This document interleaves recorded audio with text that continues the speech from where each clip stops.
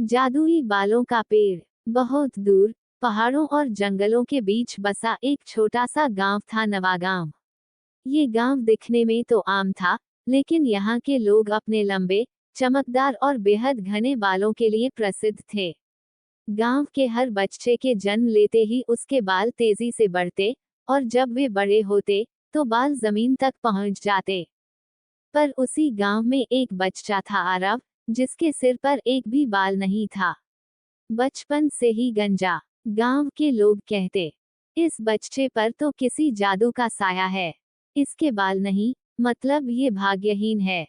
आरव को लोग चिढ़ाते, स्कूल में बच्चे हंसते, गोल मटोल नारियल। पर उसकी माँ सीता हमेशा कहती, बेटा, बाल शरीर पर होते हैं, लेकिन असली सुंदरता दिल की होती है। एक रात आरव को सपना आया। सपने में एक बूढ़ा साधु बोला, पूर्व दिशा के जंगल में एक जादुई पेड़ है, बाल वृक्ष। जो सच्चे दिल से उसका स्पर्श करेगा, उसके बाल जीवन भर झरने की तरह बहेंगे। लेकिन ये पेड़ सिर्फ उसे मिलेगा जो स्वयं को सुंदर मानता है, चाहे वह जैसा भी हो। सुबह होते ही आरव ने माँ से कहा, मैं उस पेड़ को ढूंढने जाना चाहता हूँ। माँ ने उसकी आंखों की चमक देखी और कहा, जा बेटा, खुद को ढूंढने जा। आरव जंगल की ओर चल पड़ा। रास्ते में पहली परीक्षा, एक बहती नदी थी, लेकिन पुल नहीं था। वहां एक अंधे बुजुर्ग बैठे थे। आरव ने अपना कंबल उन्हें दिया और नदी पार कराने में मदद की। बुजुर्ग बोले, तेरा दिल सुंदर है बेटा, पेड़ तुझसे दूर नहीं।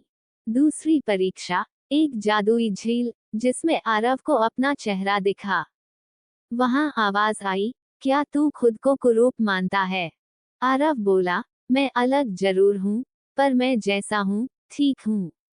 झील चमक उठी और मार्ग खुल गया।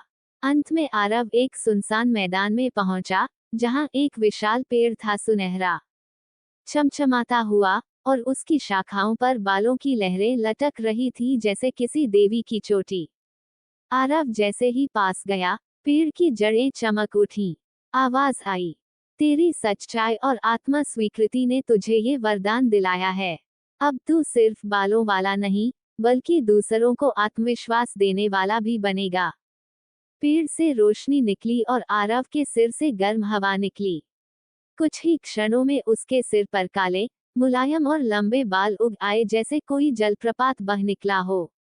जब आरव गांव लौटा, तो सब दंग रह गए। ये वही गंजा आरव है। कहाँ से मिले ऐसे बाल?